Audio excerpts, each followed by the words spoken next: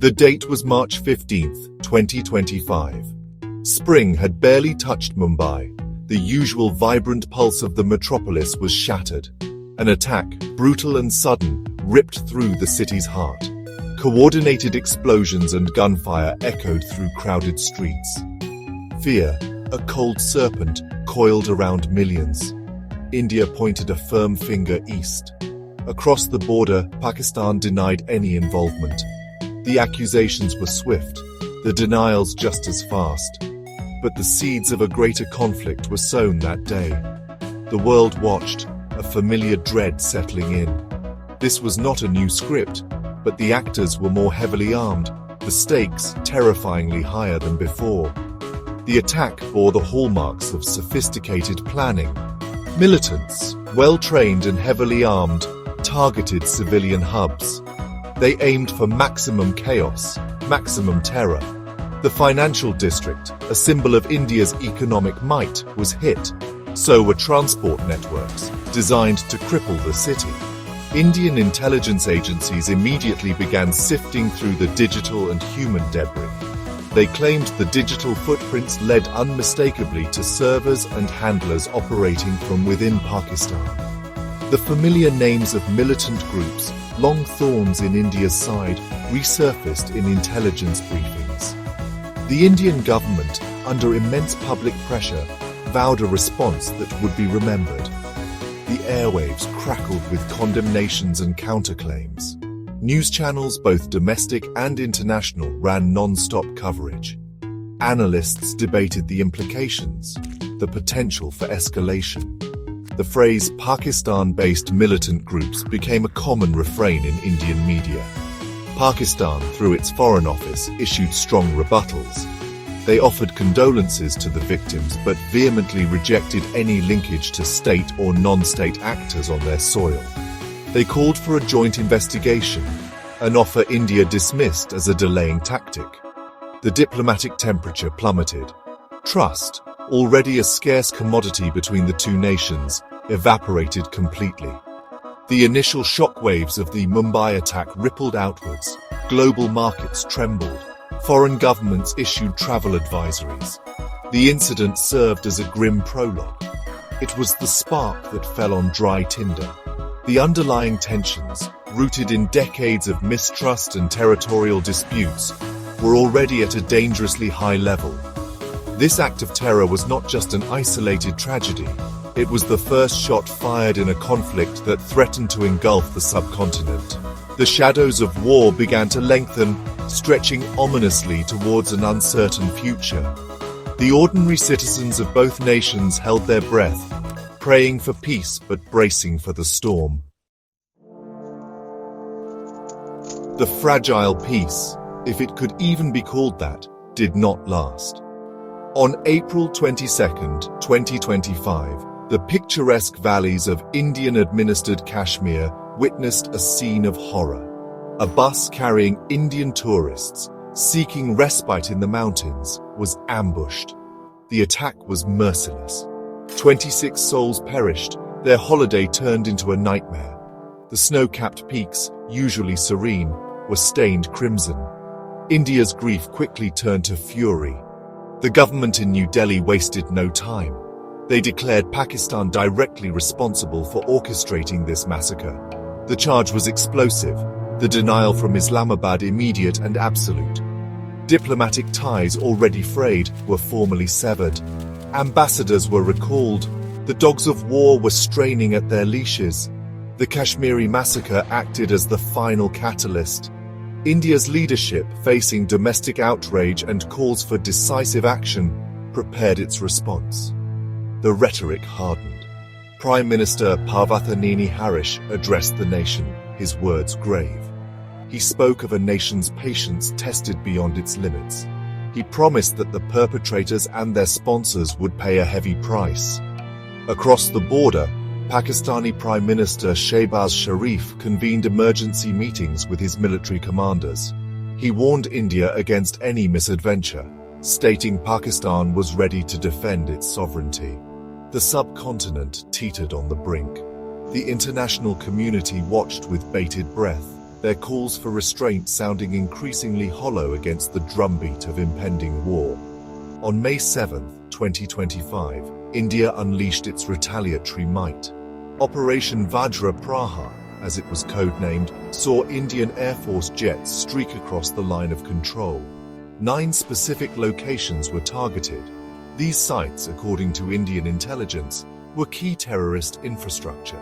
They belonged to groups like Lashkar-e-Taiba and Jaish-e-Mohammed, organizations India had long accused Pakistan of nurturing. The strikes hit Kotli, Muzaffarabad and Bagh in Pakistan-administered Kashmir. More provocatively, targets in Ahmadpur East and Muridka, deep within Pakistan's undisputed territory, were also struck. India claimed these were surgical strikes, aimed solely at militant camps, with no civilian or military targets hit. The reality on the ground, however, painted a more complex picture. Reports from Pakistan alleged significant civilian casualties. They claimed at least 26 civilians had lost their lives, with another 46 injured in the Indian bombardment. Images of damaged homes and grieving families began to circulate, fueling anger in Pakistan. India vehemently denied these claims, maintaining the precision of their strikes. But in the fog of war, truth becomes the first casualty. The attacks had crossed a critical threshold. Indian forces had struck inside Pakistan proper. The stage was set for a full-blown military confrontation, the most intense since the Kargil War of 1999. The dawn of May 7th was indeed bitter. Pakistan's response was not long in coming. The Indian strikes on May 7th had pierced deep, both territorially and psychologically. Pride demanded retribution. Within hours, the Pakistani Air Force scrambled its own jets. The skies above the contested borderlands became a deadly arena. Pakistan claimed a swift and decisive victory in the initial aerial engagements. Their official statements boasted of shooting down 5 Indian Air Force jets. Among the downed aircraft were 3 of India's prized French-made Rafale fighters, a significant blow to Indian air power. Additionally, 1 Indian reconnaissance drone was reported neutralized. The message was clear: Pakistan would not be cowed. The air battles were ferocious. An hour-long dogfight reportedly involved a staggering total of 125 fighter jets from both sides. Pilots, pushed to their limits, engaged in deadly ballets at supersonic speeds. Missiles streaked across the sky, chaff and flares deployed in desperate attempts to evade destruction. Pakistan's Defense Minister, Khawaja Asif, addressed the media. He asserted that Pakistan's response was measured, targeting only Indian military sites. He emphasized a desire to avoid civilian casualties on the Indian side. However, the brutal reality of cross-border conflict soon contradicted these claims. Shelling from Pakistani artillery positions rained down across the line of control. The consequences of this artillery barrage were tragic. 12 civilians on the Indian side of the LOC were killed. 57 more were injured, many critically. Homes were reduced to rubble, and villages echoed with the sounds of grief and sirens. The cycle of violence escalated, each action prompting an even fiercer reaction. The claims and counterclaims of civilian casualties added fuel to the already raging fire. India, while acknowledging its own strikes had caused civilian deaths in Pakistan, a fact it initially denied, then revised based on emerging evidence, pointed to Pakistani shelling as proof of their indiscriminate targeting. The distinction between military and civilian targets blurred dangerously. The intense aerial combat and artillery duels marked a significant escalation. This was no longer a series of skirmishes or surgical strikes. It was morphing into a conventional war fought with the most advanced non-nuclear weaponry available to both nations. The downing of Indian jets, particularly the Rafales, was a propaganda victory for Pakistan. It demonstrated their capability to challenge Indian air superiority. For India, It was a sobering reminder of the costs of underestimating their adversary.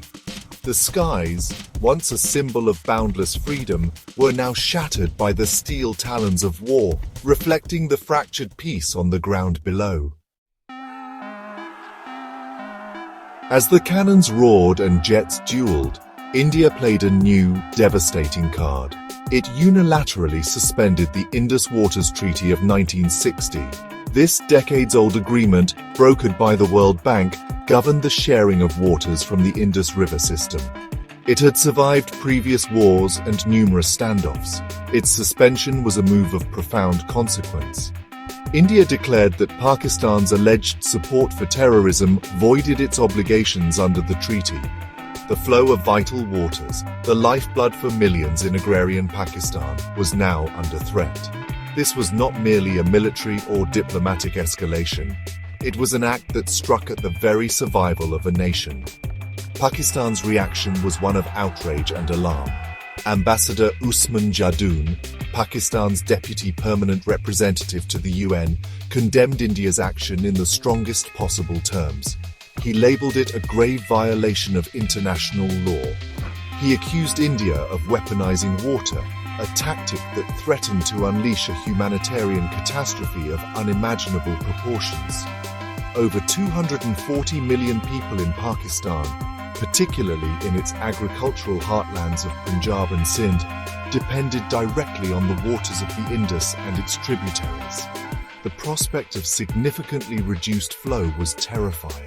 It meant drought, famine, and mass displacement. The implications of suspending the Indus Waters Treaty were far-reaching. For Pakistan, it was an existential threat. Agriculture formed the backbone of its economy.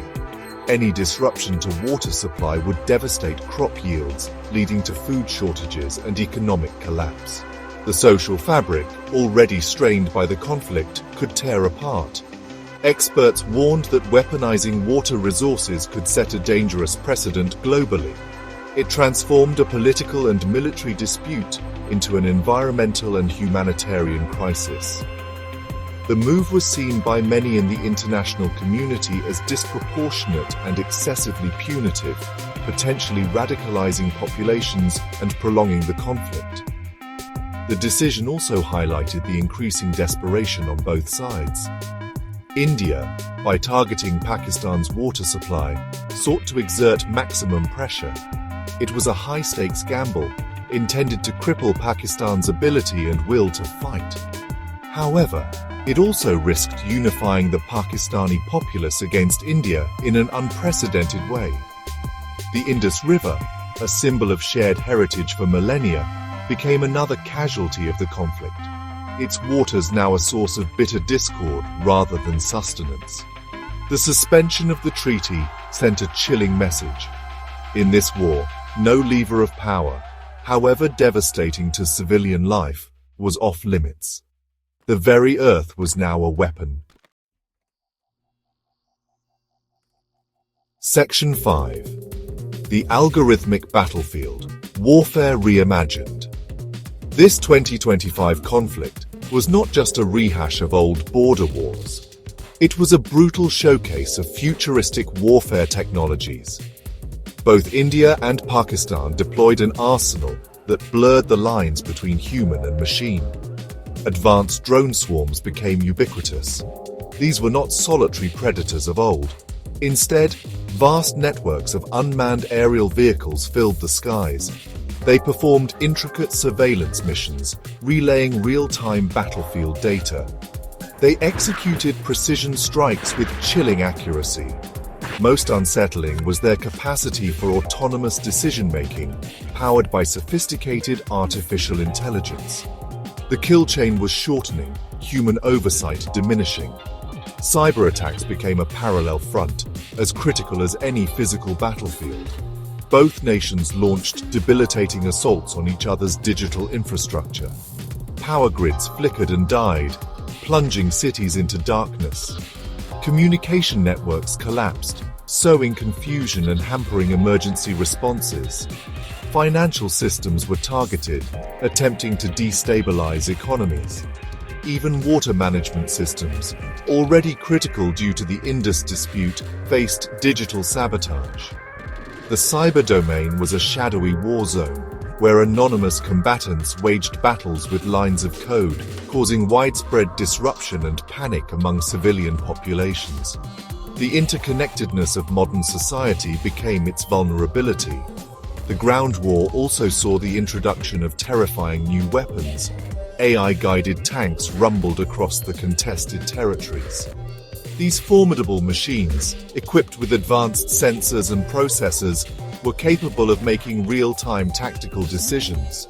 They could identify threats, prioritize targets, and engage enemy forces without direct human intervention.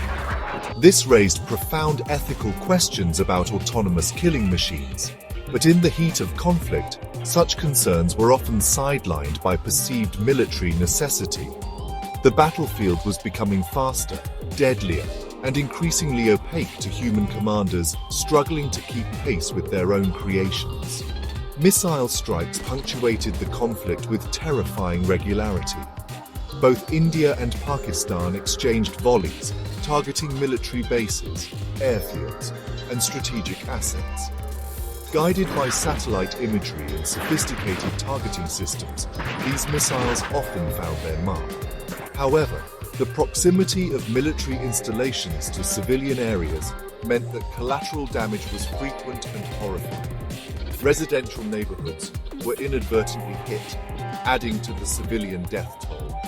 Satellite imagery, while crucial for strategic planning and damage assessment by military HQs, also provided grim evidence of the devastation being wrought on both sides of the border, painting a stark picture of a technologically advanced yet profoundly destructive war. Section 6. Echoes of Anguish, the Unseen Casualties of War. Beyond the high-tech weaponry and strategic maneuvers, the human cost of the 2025 conflict was staggering. Thousands of civilians were reported killed, many more were displaced, their lives uprooted by the violence. The official figures, often disputed and politically charged, likely underestimated the true scale of the suffering. Homes were obliterated, livelihoods destroyed. Entire communities found themselves caught in the crossfire, pawns in a deadly game played by powers far removed from their daily struggles. The echoes of anguish reverberated through countless families on both sides of the border, a testament to the brutal reality of modern warfare. Refugee camps sprang up along the borders, struggling to cope with the influx of desperate people. These makeshift settlements were often overcrowded and undersupplied. Scarce resources, including food, clean water, and medical aid, were stretched to breaking point. Humanitarian aid efforts, launched by international organizations and NGOs, were severely hampered. Ongoing hostilities, restricted access imposed by military authorities, and the general chaos of the war zone made it incredibly difficult to reach those most in need. The suffering was immense, often hidden from the glare of media spotlight that focused on military victories and technological marvels. Evacuations were ordered in many parts of Indian-administered Kashmir as the fighting intensified. Civilians, fearing for their lives, fled with whatever belongings they could carry. Similarly, residents in Pakistan-administered Kashmir, particularly in areas close to the line of control, abandoned their homes to escape the relentless shelling. Pakistani officials repeatedly accused India of deliberately targeting civilian areas, citing casualties that included women and children. India, in turn, made similar accusations against Pakistan. In the bitter blame game, the plight of ordinary people was often exploited for propaganda purposes, further deepening the animosity. The humanitarian crisis was not confined to the immediate border regions. The disruption of supply chains, the damage to infrastructure, and the general climate of fear had far-reaching economic and social consequences. Hospitals struggled to treat the wounded, often lacking essential medicines and equipment. Schools were closed, depriving a generation of education. The psychological trauma inflicted on survivors, especially children, would leave deep scars for years to come. This was the unseen, often uncounted cost of the conflict, a legacy of pain and loss that would haunt the subcontinent long after the guns fell silent. Section 7. Global Crossroads. A world divided, a region on edge. The escalating conflict between India and Pakistan sent shockwaves across the international community. The United Nations became a key forum for diplomatic sparring. Secretary-General Antonio Guterres expressed his deep concern. He made urgent appeals to both nations to exercise maximum restraint and avoid a full-scale military confrontation. The UN Security Council convened emergency sessions, calling for immediate ceasefire talks. However, these calls were often drowned out by sharp verbal exchanges between the Indian and Pakistani delegates. Ambassador Parvathaneni Harish of India and Ambassador Saima Salim of Pakistan traded accusations, each defending their nation's actions and blaming the other for the crisis. The United States, under President Donald Trump, watched the situation with growing alarm. President Trump, in his characteristic style, called the conflict a shame. He offered to assist in de-escalation efforts, though his administration's approach seemed to lack a clear strategy. Secretary of State Marco Rubio urged both sides to maintain open lines of communication. The US also increased its military presence in the region, ostensibly to protect its interests and offer a stabilizing force, while simultaneously offering to mediate the dispute. This dual approach of military posturing and diplomatic overtures created a somewhat ambiguous American stance in the crisis. China, a key regional power and close ally of Pakistan, expressed its regret over India's initial retaliatory strikes. Beijing called for calm and offered its own services to mediate the conflict. Simultaneously, China increased its military presence along its border with India and in strategic locations in the Indian Ocean region. This move was seen by many as a show of support for Pakistan and a warning to India.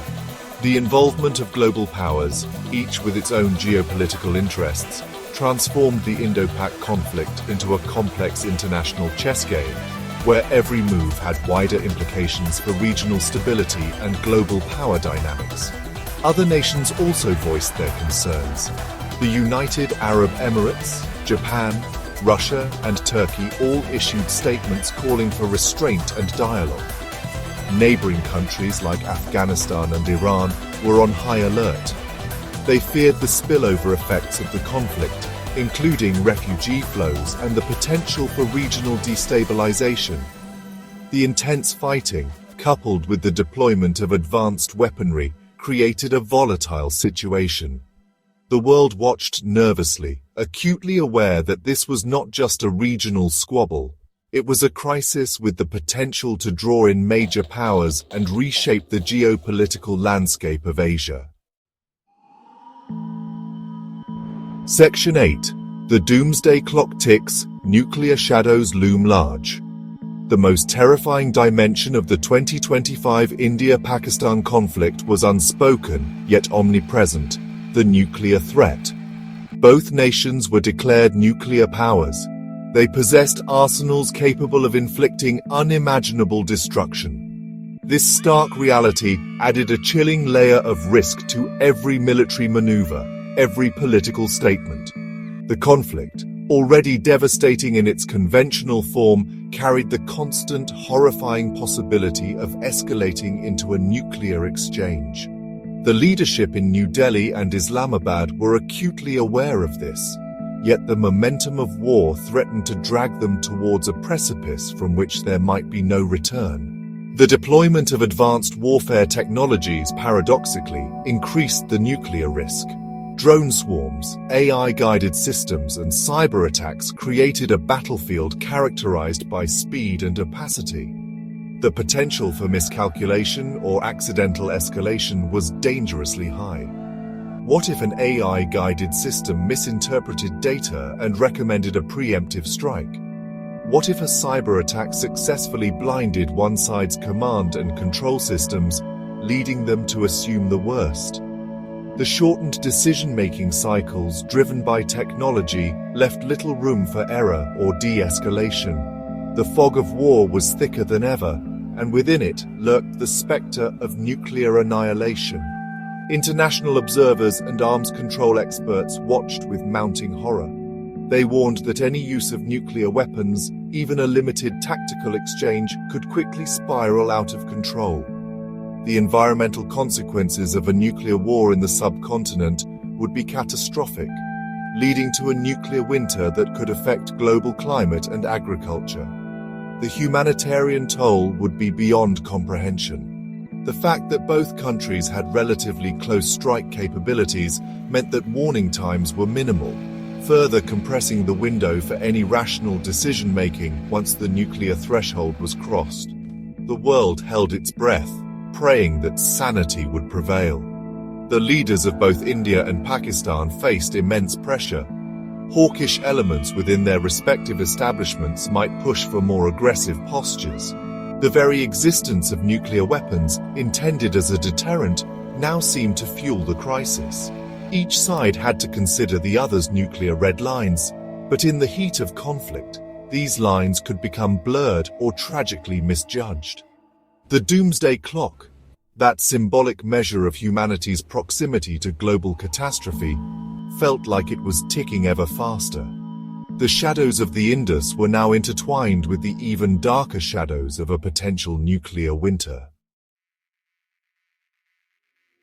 Section 9. Homelands in Turmoil, the Fractured Peace Within. The conflict reverberated deeply within both India and Pakistan, creating fractured landscapes of opinion and heightened states of alert. In India, public reaction was complex and divided. Many citizens, angered by the initial terrorist attack in Mumbai and the massacre in Kashmir, strongly supported the government's retaliatory strikes. Nationalistic fervor ran high in some quarters. Yet, a significant portion of the population, particularly intellectuals, peace activists, and those in border regions experiencing the war directly, called for an immediate cessation of hostilities and a return to dialogue. Nationwide civil defense drills were conducted, a sobering reminder of the potential for the conflict to reach urban centers. In Pakistan, Prime Minister Shehbaz Sharif sought to rally the nation. He publicly praised the military's robust response to Indian actions and vowed to avenge every Pakistani life lost. A strong sense of national unity, fueled by perceived Indian aggression, was evident. Schools and hospitals, particularly in the populous Punjab province which bordered India, were put on high alert. Preparations were made for mass casualty scenarios. The media in both countries played a significant role, often amplifying nationalistic narratives and demonizing the other side, making the space for moderate voices and peaceful solutions increasingly narrow. The diplomatic battlegrounds, like the United Nations, saw figures like Pakistan's delegate Saima Salim and India's ambassador Parvathaneni Harish become prominent voices articulating their nation's grievances and justifications. Their heated exchanges mirrored the animosity on the battlefield. The conflict was not just fought with soldiers and machines. It was also a war of narratives, a struggle for international sympathy and legitimacy. The personal toll on these diplomats, tasked with defending their countries amidst a brutal war, was undoubtedly immense, reflecting the pressures faced by leaders and citizens alike. As May 2025 drew to a close, the conflict showed no signs of abating. The shadows of the Indus, representing both the literal water crisis and the metaphorical darkness of war, stretched long and deep. The advanced weaponry had proven its lethality. The humanitarian crisis continued to unfold, and the nuclear threat remained a chilling backdrop. The geopolitical tensions were at their highest in decades. A scarred landscape, both physical and psychological, was the immediate legacy. The path to a lasting peace seemed more elusive than ever, with the future of the subcontinent shrouded in an uncertain and perilous gloom.